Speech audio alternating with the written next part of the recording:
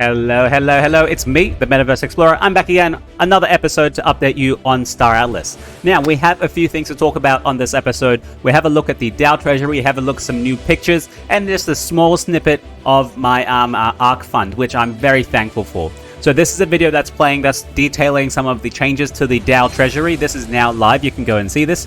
You can see the current balance of the DAO treasury, both in USDC and in Atlas, which is very, very important.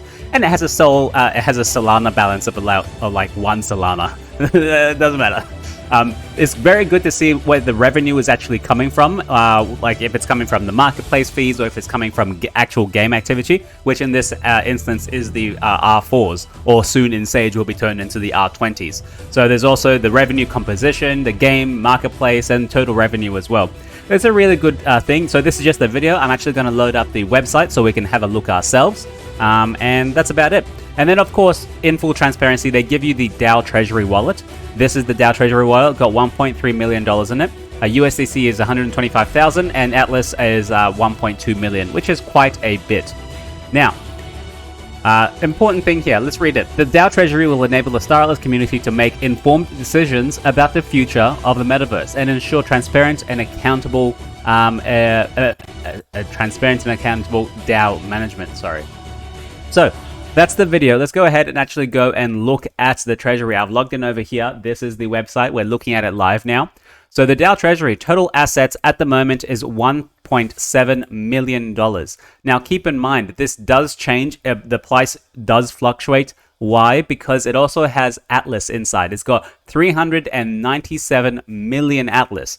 And if Atlas goes up by 1%, that's 1.7, that's 1.5 million has gone up by 1%, which is a significant amount, right? The USDC balance of the DAO treasury is 1.3, it's 131k, and just 1 Solana balance. Don't know why it has a 1 Solana balance, which is very weird. Maybe someone dusted it or something like that. Now, this is very good, right? This is very good. We get to see what the DAO is looking like. I mean, people could already see this. You could load this up on chain, no problem, or on SolScan, because the wallet is already public. But this just makes it a lot easier for people to see, oh, this is how much is there, quickly. Now, I have a small thing that I want to discuss with you guys, and that's what you guys think about the idea of DAOs actually saying they have this value when they don't, only because they have this value due to their token, and their token is probably highly illiquid and not traded much, and it's actually not worth what that price is. Now, I'm not saying Star Atlas has this problem. We can get into a conversation about the liquidity of the Atlas token later. But right now, I want to know if you guys think it's fair for DAOs to be valued at what their native token is. Because as you can see here, let's do some quick calculation, shall we? 131,878 over 158,6029. So the stable USDC portion of the Atlas DAO is only 8.3% of the whole DAO. Now, what happens if Atlas starts plummeting tomorrow? What happens if the market starts crashing even further tomorrow when like CPI numbers come out and it's a lot worse, right? So all of a sudden, this $1.5 million is actually not $1.5 million anymore. It's like $200 because the Atlas has tanked another 90%, right? So is that really a fair metric to value the DAO? This is the kind of conversation I want to have with you guys. You tell me. Let's have a look at the revenue summary. This is also very well done. It tells you from which direction the DAO is collecting funds from. So we know from the marketplace fees, up to 6% on items that you've sold in the marketplace, which includes everything that you're going to sell in the marketplace. And remember, we were talking about other people moving away from the marketplace and going back to like OpenBook or Serum. Well, I haven't really seen that happening, right? So people must be paying the 6% on the marketplace fees. We have the game activity, which is from the R4s, is $100,000 just in January, and marketplace fees is 21%. So look at the differences, right? It was 82% of game activity in January, but in December, it was 56%. Now, why is that? Because in December, of course, they started selling a whole bunch of extra items on the marketplace and started driving revenue, right? This was just started driving trading fees. This was mainly the claim stakes, as well as the CSS land habs going back and forth. Now, there was one small thing. I think there was an issue at a certain point where the DAO was collecting 6% of primary sales. And I don't know if that was accurate or not. I heard that it was happening, and I don't know if I'm getting the details wrong. So maybe you guys can correct me. Yeah. Anyway, let's look at the revenue composition. This is actually also very strange. It goes from August 2022 to January 2023, which is 5 months, right? Is that 5 months? Very weird that it wouldn't be 6 months, or maybe like per quarter or per month, and then they have different toggles here. But I'm sure they'll still work on this later on down the line, right? So let's look at the revenue composition. The game activity is $671,000, which is all in Atlas over there. The marketplace fees, 132, which also has some Atlas, 18,000. So this is marketplace fees in Atlas. The rest is in USDC. And then we have total revenue, breaking both of them up down into the same, down into what it is. Now, if you want to go, if you don't trust this website yourself, you can go and look at the marketplace, the DAO Treasury on SolScan yourself and go and look, but it will be the same information that's being displayed. So we have a total from the DAO Treasury is $1.4 million just in the DAO Treasury, but then the MPC sales, that's the R4 sales, it has $300,000, which is 75 million in Atlas, right? And only like 0.88 Solana. I don't know what NPC was selling something in Solana. Not sure. Maybe it was just, once again, dusted. Yeah. So that's the Treasury website. A little small update to the DAO, which is very, very good. One thing I did notice that this is a new logo. We haven't really seen this logo before. Where is it? You see this logo at the top? It is the Star Atlas website. It is the Star Atlas logo, but it seems to have like the UN sigil behind it as well. So very interesting how they're going for like United Nations kind of look, because it is the DAO, if you get it. All right, let's move on. So before we go to the pictures, I wanted to do a quick shout out to both Afia. Thank you guys so much for still striving on to being the best guild in Star Atlas, but also because I've been getting some donations and from people outside as well as people in Afia. And I wanted to show you what the ARC wallet, what the ARC fund looks like so far. There's $73 in here, guys. I'm like super blown away by all of this. I didn't even think I'd be getting $10 for any of the videos I did. So I'm so thankful to you guys for donating Atlas to me. So this is for my ARC fund. If you didn't know, the Rainbow ARC is my final form in Star Atlas, my final ship that I'm going to get. And I thought I should start an ARC fund and start actually getting something in there myself. Like every time I put 10% per month into there and I start saving up, The problem is, that Atlas is being diluted by the staking rewards at the moment, right? So I might have to think about what I'm going to do with that. So someone did send me 15 USDC. Thank you so much. That is quite a lot of money for a donation. I really appreciate it. I'm up to 14,000 in Atlas. And let's look at what NFTs people have sent me. Toolkit, 500.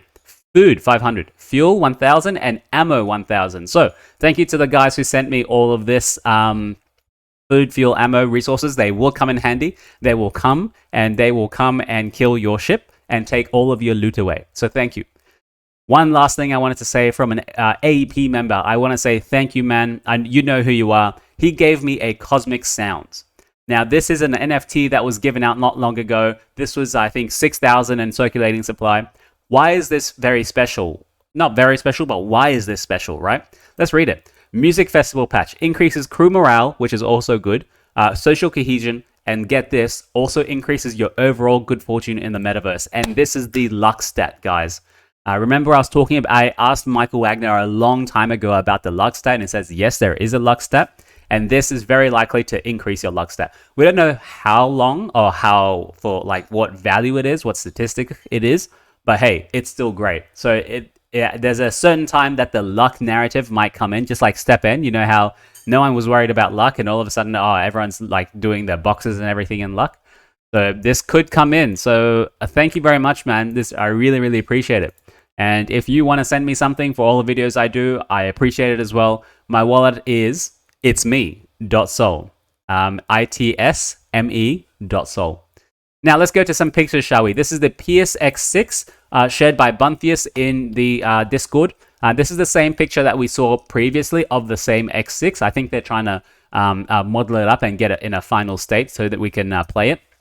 You can fly it. This is it in the little showroom test room. You can tell because they've got some little extras on the side. And this kind of rock doesn't exist in the showroom. We can see the inside of this, which looks gorgeous, guys. Doesn't it look amazing? Look at it. I'm going to zoom in so you can see. Like, the quality just is amazing. When I load it up myself, the ships don't look that good because my computer's old. But you can see, obviously, from here, it looks pretty damn good. Next up is another interior. You can see, I think this is looking to the other side of it. So this is looking from that side. Yeah, it looks like it. And you can see, I love how it just says like police. The PS ships are just the police ships. I love it. It's great. I love the red and the black combo. We can see the same ship from the behind, from the back. And you can see, I love these little pistons. Not sure what they actually do. Just like on the PSX4, there's the pistons on there. And I like how they also have a different engine design than most of the other engines as well. You can tell that some of the engines, they've put in individual items in all the different ships just to give it its own specific feel, because they are different manufacturers, right? Like Toyota is different from a Tesla, which is different from a Kia, you know. Next up, we have another internal shot of the PSX-6. I think it is the PSX-6. Remember, I'm not going to be saying names of the ships anymore. Someone's going to get me. And we have the Fimble and the Unibomber. I wasn't going to say it, but everyone knows the Unibomber. Little cute little bomb at the bottom. So this is going to be dropping and terraforming planets. At a certain point, people were discussing, is it better to have 1,000 Unibombers or have one Bomberella? You know, it just depends how much you can actually handle, right? This does look good. I think we got a animation of the guns coming out of this not long ago. Next up, we have the another Fimble Bomber ship, and it looks okay. Nothing really to say here. They've just got some coloring on the top here, but I think you can see this little thing at the bottom. This one here, that little open hatch. That's the next picture, which is someone standing next to that open hatch. So this gives you an idea of the scale of this damn ship, right? You see that hatch? That hatch. Like the middle of the hatch is where the guy is standing. Now look at that ship. So that's like, 15 of this person standing tall. That's a huge ship. That's like a beast of a ship, right? And I did just see something on the bottom right-hand side here. You can see some guns at the bottom. And also some more guns on the bottom here as well. Yeah, so that little guy is standing like right there. Look at that. Oh no, not that one. Where is it? There. There, you can see him standing there, and he's just there. Anyway, next up, we have a little animated GIF. GIF, I will fight you. Whoever that is in the chat, I will fight you. It's called a GIF, okay? It's not a GIF. Yeah, so this is the Calico Hero, Calico Compact Hero, which I am very happy to have one. VWAP at 3K. Oh, Jesus Christ. Imagine what ships you can buy for 3K right now. There are very good ships out there for 3K. It's crazy. Yeah, so this GIF is detailing the Calico Hero kind of coming down the ramp, as well as this item. I'm not sure what this item is supposed to achieve. You can see here that it might be for cargo. Let's have a look. It comes all the way out, and then these kind of sliders, you can see it goes out, maybe takes a cargo, comes back here, kind of drops the cargo, maybe. Is that what it is? Because I don't see what else it could be. I don't see a function for it for crew. Maybe it's how you're going to drop a ship off. I'm not sure. What do you guys think? What do you guys think? But secondly, not just this little sliding part. When it does restart, you can see the engines moving themselves, and like the flaps of the ship also moving themselves, which is pretty good. Now, we do have a small video as well. Actually, no, I think we just showed the video in the beginning. There is one small thing I wanted to cover, which is a Solana hackathon has started again. So we have Solana Sandstorm, which is the community-oriented hackathon. No one has done anything for Star Atlas. No one's building on Star Atlas, even though everything on Star Atlas is supposedly on-chain, right? Nothing's happened. And now we have a new hackathon. So let's actually watch this video and see what they say. This is the website, guys. It's called Grizzlython. Online hackathon. I just love it how Solana just keeps doing hackathons and hackathons and hackathons. Where does this money come from? It's hard to say. Lots of VCs, right? Lots of tokens selling from the foundation. Very likely. That's how most of them fund their stuff. But the benefit of this is that when developers come onto Solana and they come and build items, when they come and build dApps for things to use, that's going to drive more users. And more users come and use the chain, more devs are going to come and say, oh, there's a user base over here, I'm going to come and build something more. So it's like a perpetual cycle. That's why I think they always have a hackathon running like months apart from each other. And they'll have like 3 hackathons per year.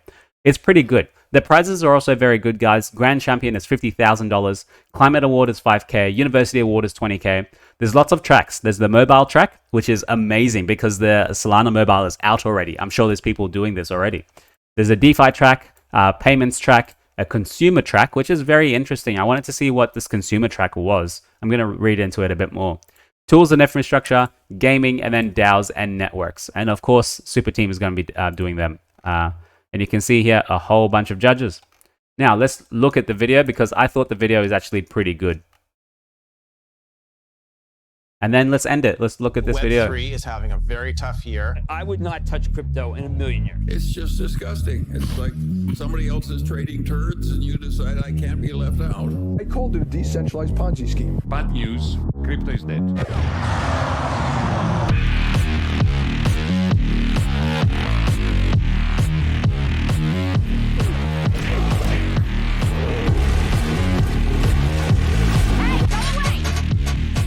I've never seen a grizzly turn and run like that before.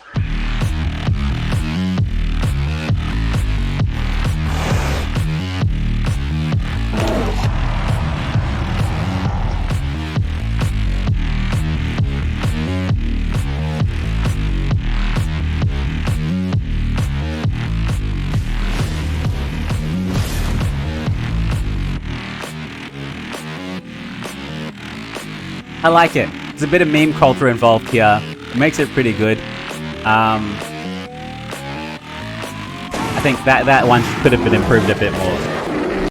It's clear now. We go into the bear pit.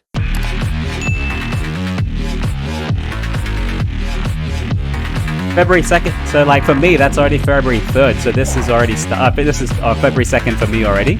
Oh no, it's February the 3rd today. So this has already started in Australia time. So yeah, that's the Solana Hackathon. I'm very interested to see what will come from the mobile version because, you know, that's a whole new pool of new developers on Solana that weren't here before. So there's a whole bunch of mobile developers, like they haven't really been able to work on crypto for a while because there's no crypto phone. But now that they have Solana and they have the Solana phone, we might get an influx of new developers and they might build something pretty cool. That's what I'm kind of excited about. The gaming thing, nothing's really happened there. Someone bloody hell build something on top of Star Atlas, right? They have all these on-chain programs. I don't know why Michael Wagner isn't pushing this more, going to the hacker houses, or not going to them, but like trying to have a presence there and say, hey, our game is all on-chain. Come and build something, right? Come and build. Otherwise, we have all the community stuff that build something just for ourselves because no one else is doing it. All right, guys, I'm going to leave it there. Thank you very much for watching as always. Thank you very much for for donating to my ARC fund, itsme.sol. Really, really appreciate it, guys. And thank you to that special person that gave me that cosmic sounds. It's going to give me extra luck so I can kill you and get all of your ships. Ciao, guys.